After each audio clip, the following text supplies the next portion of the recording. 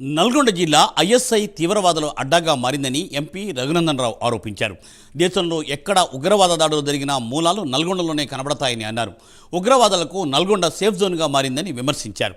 రాష్ట్రంలో అనుమతి లేకుండా నడుస్తున్న మదర్సాలపై ఎందుకు చర్యలు తీసుకుంటలేదని రఘునందన్ రావు ప్రశ్నించారు.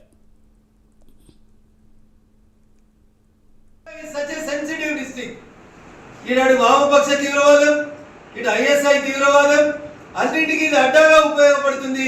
భారతీయ జనతా పార్టీ ఎదుగుదలకి మొదటి నుంచి ఇక్కడ ఈ రెండు తీవ్రవాద సంస్థలకు సంబంధించిన వ్యక్తులు వ్యతిరేకంగా పనిచేస్తుంటే మా కార్యకర్తలు అనేక మంది ప్రాణత్యాగాలు కూడా ఈ జిల్లా లోపల భారతీయ జనతా పార్టీని కొనసాగిస్తూ ముందుకు తీసుకుపోతా ఉన్నారు.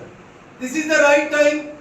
ఆఫ్టర్ పహల్గామ్ ఇన్సిడెంట్ బట్టలు ఇప్పించి మతం పేరు మీద హిందువులను కాల్చి చంపిన తర్వాత ఇలా హిందూ సమాజం ఆలోచించాలి.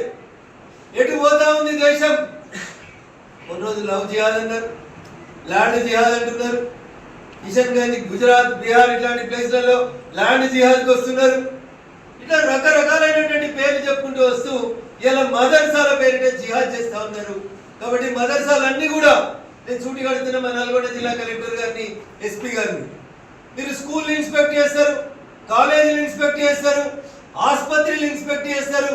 We have no objection. It's such a sensitive